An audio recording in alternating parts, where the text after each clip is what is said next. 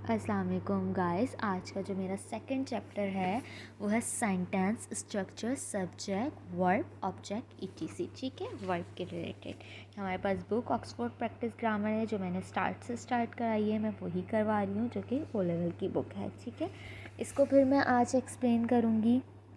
Sentence structure क्या होता है? The part of sentence are the subject, verb, object. जो सेंटेंस के पार्ट होते हैं इसमें क्या क्या होता है? एक तो सब्जेक्ट होता है, वर्ब होता है, ऑब्जेक्ट। ये तो हम शुरू से पढ़ रहे हैं, सब्जेक्ट, वर्ब, ऑब्जेक्ट। अब जो हम न्यू चीज़ पढ़ रहे हैं ओ लेवल में वो ये है कॉम्प्लीमेंट एंड एडवर्बियल। कॉम्प्लीमेंट क्या होता है? किसी भी स्टेटमेंट ऐसा कॉम्प्लीमेंट करना, like the scenery is beautiful, it's called a compliment. ठीक है, like it a great fun, तो इट्स कॉल्ड अ कॉम्प्लीमेंट। ठीक है, इसमें हम कॉम्प्लीमेंट दे रहे होते हैं। और इस तरह हमारे पास एडवर्बियल होता है, like we are on a form, we are on a chair, like this. इस तरह की बात जो है वो हमारे पास एडवर्बियल होती है। इसके अलावा अब हमारे पास है a statement begin with the subject and the verb. वो स्टेटमेंट जो स्टार्ट हो सब्जेक्ट से और वर्ब से। This are 5 main structure which we can use simple statement. Subject में क्या है? Like my arm, verb arching, इस तरह के हमारे वर्ड में। Like I need a rest, तो सब्जेक्ट आई, वर्ब नीड और ऑब्जेक्ट रेस्ट। जिस चीज़ की ज़रूरत है या जिस चीज़ पे काम हो रहा है वो ऑब्जेक्ट होता है। वर्ब वो होता है एक्शन और सब्जेक्ट वो होता है कि जिस जो कर रहा है। ठीक है, लाइक शी हो, ही हो, नाम हो या फिर आप हो। ठीक है, for example, are moving the piano, the subject and object can be pronoun निजी I और noun Faris in the piano। ठीक है, subject verb complement, this piano is heavy, heavy compliment हो गया। ठीक है, एक कॉम्प्लीमेंट है ना ये उसके लिए कि वो अच्छा है, बुरा है, कैसा है, भारी है, खूबसूरत है, काला है, ये सारी इस एक कॉम्प्लीमेंट हो गया सेंटेंस में। ठीक है, तो it's called a complement. It was a big problem, ये भी एक कॉम्प्लीमेंट है कि बिग प्रॉब्लम है, तो बिग प्रॉब्लम कॉम्प्लीमेंट है। ऑब्जेक्ट तो नहीं है, एग्जैक्टली बात है, इसमें ऑब्जेक्ट तो है ही नहीं, क्योंकि ऑब्जेक्ट इसमें इसलिए नहीं है कि हमने बताया ही नहीं कि अगर हम बोलते कि you had a big problem या इस तरह की कोई बात बोलते जिसमें ऑब्जेक्ट हो तो फिर वो ऑब्जेक्ट होता है, लेकिन ऑब्जेक्ट नहीं है, कॉम्प्लीमेंट है। ठीक है, the complement can be an adjective e g. Heavy और noun ferris, big problem. The complement often come to be. It can also come after appear, become, get, feel, look, see, stay or sound for adjective, word, order, see unit 1 अच्छा, subject, verb and way. It is on my foot, adverbial है, ये चीज़ है और मेरे फूट में है के ऊपर है। देयर हाउस इज़ नियर भी, उसका घर जो है वो करीब में ही है, तो इसमें हमारे पास ऑब्जेक्ट तो है ही नहीं, तो इट्स अ एडवर्बियल ना।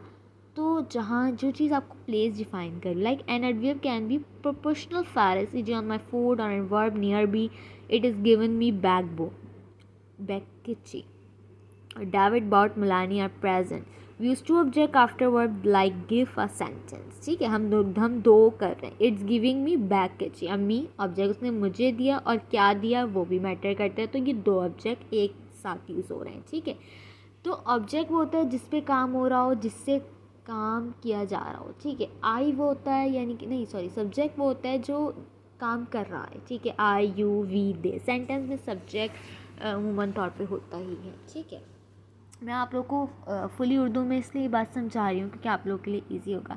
अच्छा, अब मैंने आप लोग के लिए ये कुछ क्वेश्चन सॉल्व किए हैं। ठीक है, अच्छा, Malik and Harry are on holiday. They have writing a postcard to Davin and Meline.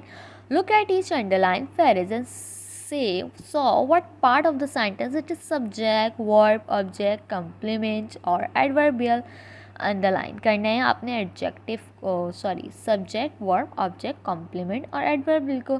The weather is we have, एक मिनट, we are having a great time, तो ये क्या है? सब्जेक्ट है। ठीक है, the weather is marvellous, weather एक वर्ब है। ठीक है, वी रियली इन्जॉय कम्पिंग, ठीक है, हम बहुत इन्जॉय करेंगे, वर्ब है। इट्स अ ग्रेट फन, ये कॉम्प्लीमेंट है। ठीक है, इसमें कोई कॉम्प्लीमेंट हो गया। ठीक है, we are on a form, on a place, on a something, तो जो भी adverbial. We like this place, ये क्या होगा? ऑब्जेक्ट होगा। दिस प्लेस ऑब्जेक्ट है। ठीक है, ऑब्जेक्ट है, जिस प्लेस की बात कर रहे हैं। The scenery is beautiful, compliment है। ठीक है, अब इसमें अगर मैं देखूँ कि सब्जेक्ट क्या है, वर्ब क्या, ऑब्जेक्ट है, तो इसमें जो फर्स्ट सेंटेंस में we are having a great time, तो वी जो है हमारे पास सब्जेक्ट है। तो इस तरह अब हम थर्ड में देखें, नहीं थर्ड में तो नहीं है, हाँ, द सीनरी इज़ ब्यूटीफुल। तो सीनरी ब्यूटीफुल है तो हमारे पास ऑब्जेक्ट जो है वो सीनरी होगा, ठीक है। अगर वो पूछते हैं कि ब्यूटी ऑब्जेक्ट सीनरी है, ठीक है, सब्जेक्ट सीनरी है, ठीक है। इस तरह आपने जो है वो वर्क को करना है। इस तरह जैसे जैसे आप आहिस्ता आहिस्ता क्वेश्चंस को समझेंगे तो आपके लिए इजी होगा। जितनी ग्रामर आप लोग समझेंगे उतना आपके लिए इजी होगा, ठीक है। After moving their piano the five friend had a rest and a cup of tea. Look at this part, their conversation and the right a letter in the correct place. David, that was a difficult job. Tom, I agree. Mike, I am on my dead back. David, someone should give me a medal. Harris, I have met some Morty.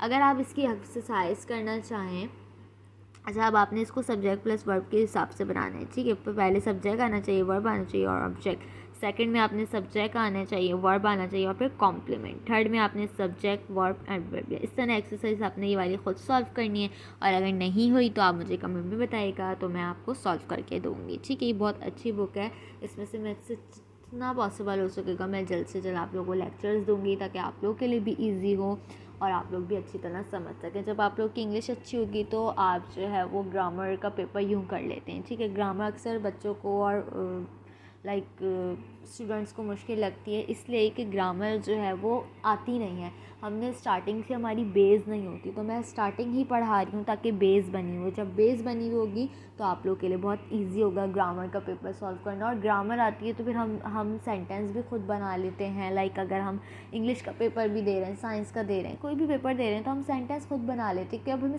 Grammar आती है, वरना normally हमें sentence बनाने नहीं आ रहे होते जिसकी वजह से हमारी बहुत सारा मिस्टेक्स होती हैं, ठीक है। तो इस चीज़ का हमने लाजमी ख्याल रखना है, ठीक है। जब हम इन चीज़ों का ख्याल रखेंगे तो हमारे लिए बहुत ईजी होगा ग्रामर के पेपर को सॉल्व करना। अगर आप मेरी हर वीडियो देखेंगे तो आपको आहिस्ता आहिस्ता कोर्स के रिलेटेड ही मैं समझाऊंगी। लाइक ये पूरी बुक है और ये पूरी बुक ही मैं इसमें जो है डिस्क्राइब करूँगी आपको, ठीक है।